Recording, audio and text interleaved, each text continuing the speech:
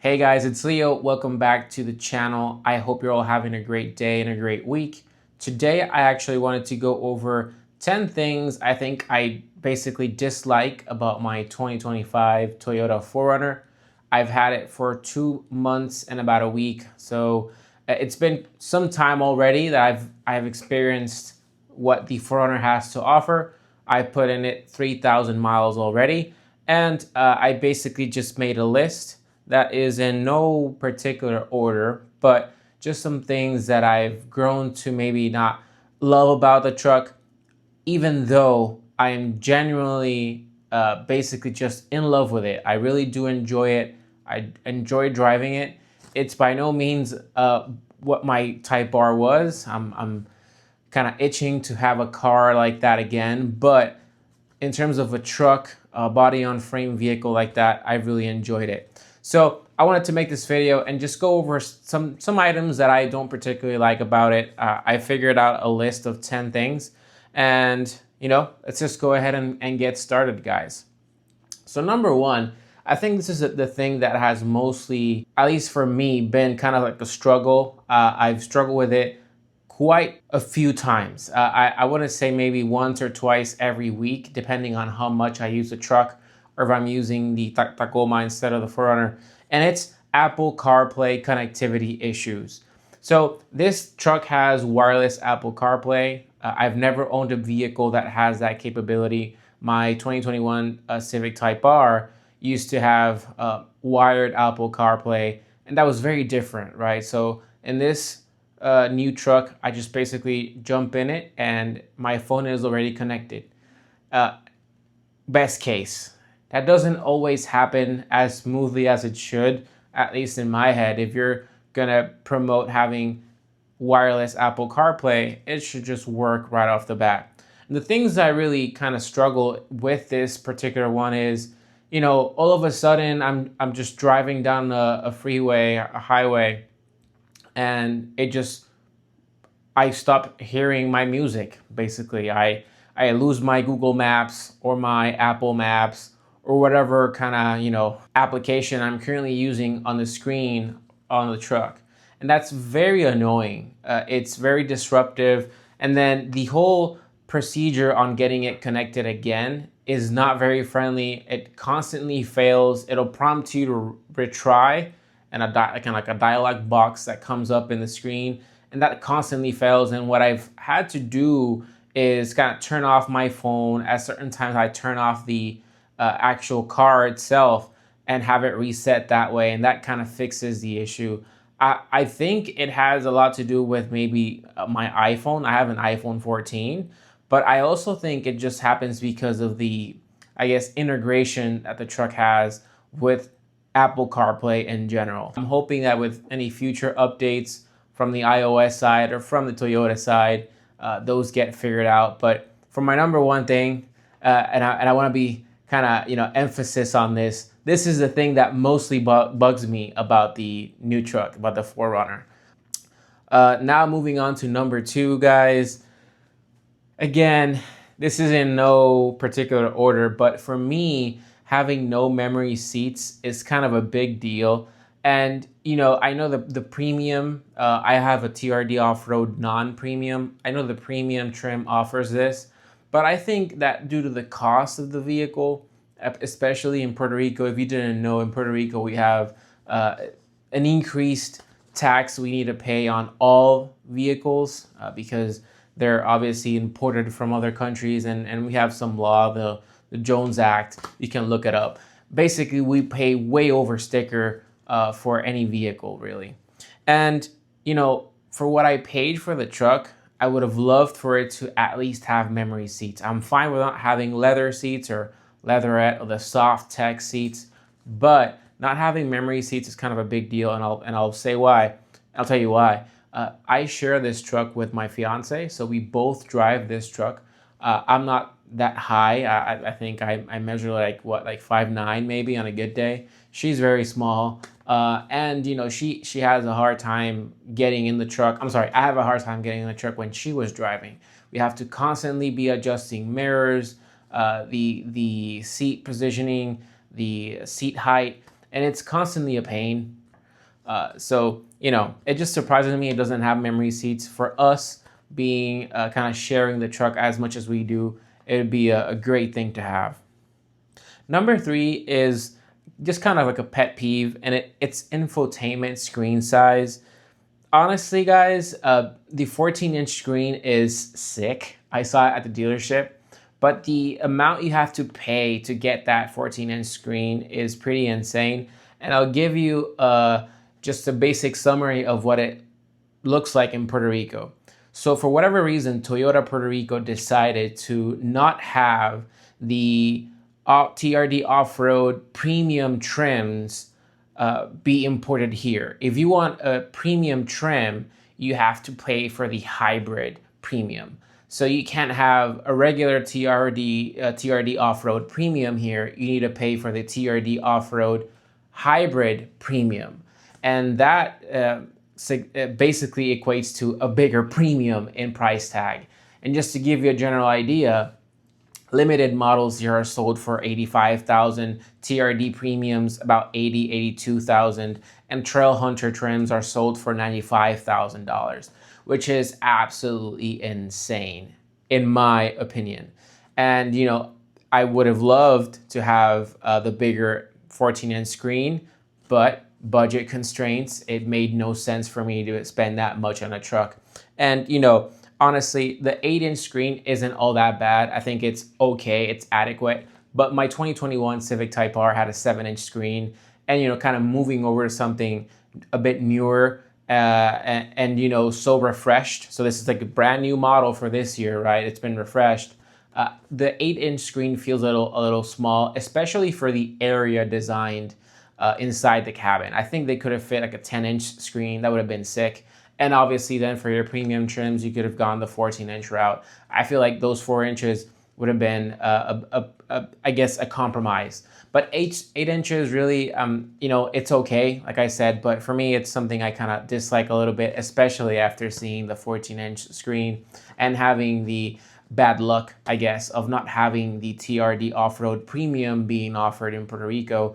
Just having to go the TRD off-road hybrid premium route, which is kind of insane price-wise. So that's number 3, really, infotainment screen size. Number 4, guys, for me, I guess it's tight leg room in the back, but not for your actual legs. So I feel very comfortable seating back there. I have sat in the second seat row, or the back seat row. The thing is, when I was installing my seat covers, my EKR seat covers on the 4Runner, it was very uncomfortable the way I had to kind of maneuver inside the cabin from being outside the truck or car. I think some people get, it's a truck. So when I was installing those, I had to kind of put my torso in there to kind of, mess around under the seat. And the amount of space you have between what I think is called the B-pillar and like the actual seat for the back row isn't all that comfortable or that, large. And it kind of surprised me. I think it has to do with the fact that it's a body-on-frame vehicle, which I'm not that used to. Obviously, I have my Tacoma, but that's a different kind of vehicle. It's a pickup truck. But I was surprised with that amount of space. It was very uncomfortable for me having to install the seats. Obviously, that's something you just do once, basically. But, I think it's something that isn't ideal. Not a big deal, but, I was just trying to come up with 10 things, and that was one of the things that kind of came up when I was thinking about these. Number 5 is the Toyota Safety Sense 3.0 is what I believe the 2025 4Runner has. The Toyota Sense 4 is upcoming, I think, in the new RAV4. And what I don't particularly like about it is how intrusive it is at times. It's very customizable, right? So you can customize how much you want it to kind of not mess up, but kind of, help you out, I guess. And for me, the lane keep assist is way too aggressive and intrusive. The default value is medium, and I think the medium should be the high, and the low should be what the current. I don't know. I just feel like the medium default right now that is on the truck is way too high. I constantly find myself, just driving close to that line, and it'll detect it very early, and it'll get very mad, and it'll push you all the way to the right or to the left. And it kind of, for me, it's kind of dangerous at times. Sometimes there's just something on the road that you don't want to drive over. I've had to do a couple, things like that in the past with this truck. And it's actually been very intrusive where I kind of have to be very diligent with my inputs on the steering wheel. And I don't really love that. I remember thinking about my 2021 Civic Type R, and it also had lane keep assist, but it was in no way that intrusive like the 4Runner is. It's just kind of scary. It's obviously something that can be adjusted or turned off, but it's actually, from what I believe, and you guys can correct me if I'm wrong in the comment section, I think if you turn it off, you have to turn it off every time you turn on the car. I think this is the case because I turned it off for a particular drive, and when I turned it off and then did something and came back to the truck and turned it back on, it was automatically again turned on, which was a bit like okay. So I don't know, guys. It's just my opinion. I might try the low setting to see how that goes. But I think the Toyota Sense 3.0 is a bit intrusive for the lane keep assist. The other things it has, like the it helps you out in traffic, stop and go traffic. That's been great. I've never owned a car that does that, and I absolutely have loved having that in this case. Let's take a quick little break from the video just to remind you guys, please subscribe. Hey, it's free.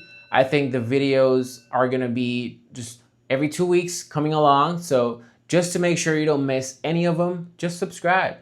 So thank you guys, and let's continue with the video. Number 6, guys, it's just kind of funny. The steering wheel. So the buttons on the steering wheel, a particular set of buttons, which is the next track or the previous track, and the up volume or lower volume buttons, which are kind of like a toggle. It's one button that kind of goes either left or right. I don't know how I explain myself. I'll just show you with the B-roll. I swear it sometimes just doesn't register my inputs. Sometimes I just press it, I guess, a little too lightly.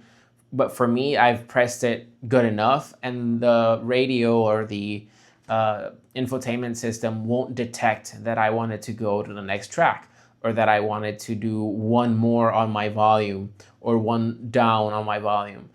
A very small thing, again, me being nitpicky, because if I just press it a little harder, it'll obviously detect that I want to do whatever I'm trying to do, and it'll do that.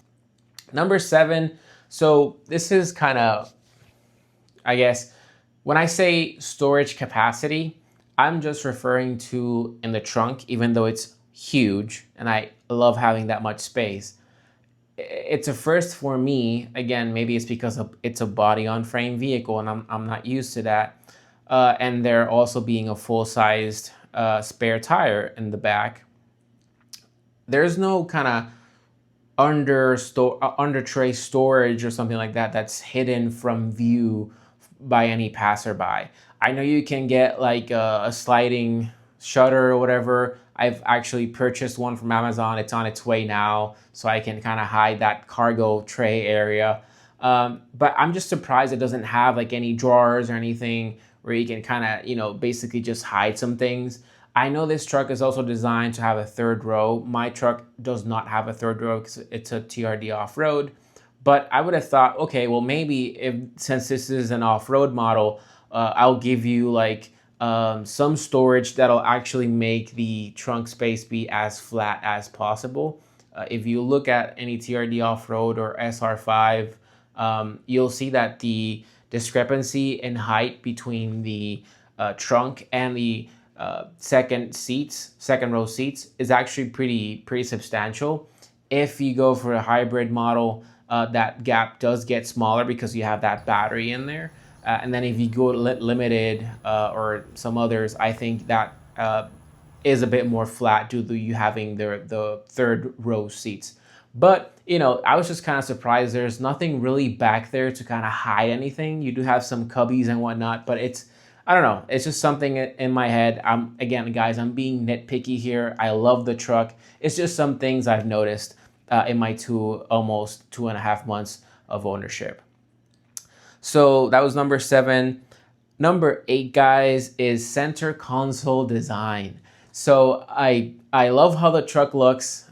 Interior wise, it's very comfy. I can't for the life of me really understand what Toyota was going for in that center stack. I think it looks very cool, but I don't think it's very practical. So like the way it's designed, you obviously have your wireless charger to the left, and then you kind of have like a general area where a potential second one could have been used. And then you just have like this, I don't know, it's just like a rectangular shaped area where you can put some stuff.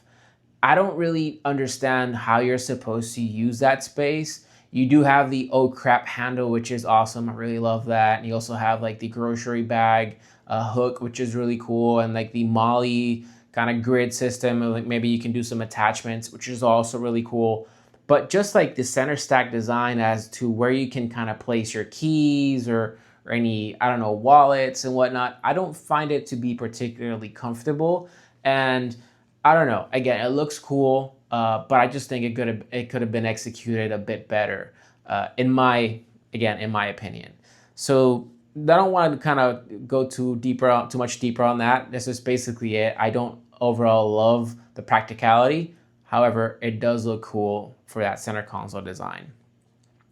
Number 9, guys, is dual zone climate control. And this is also kind of a gripe of mine. How is it possible that I owned a Type R?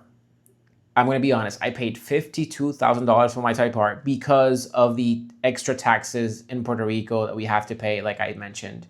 And guys, that car had dual zone climate control. My fiance, she's always cold, always. And I'm always warm. So she always had like the temperature for her for like 72 degrees, and I had mine full blast, basically 58 degrees, the coldest setting ever. And we did great. Now with this truck, we can't do that. We don't have dual zone climate control. And the premium TRD Off-Road Premium also doesn't have dual zone climate control. If you want to have that, I believe you have to step up to the limited trims, which is kind of crazy. Like you're paying a whole bunch of money. I forget the MSRP for these trucks in the US. I paid close to 63,000 for my truck with some add-ons, a bit more. So I paid like a 2K over sticker in Puerto Rico. Guys, it's crazy that this truck doesn't have dual zone climate control. I think Toyota is really trying to stretch pennies here, and they're nickel and diming us. This truck should have dual zone climate control, period. I don't understand why it doesn't have it.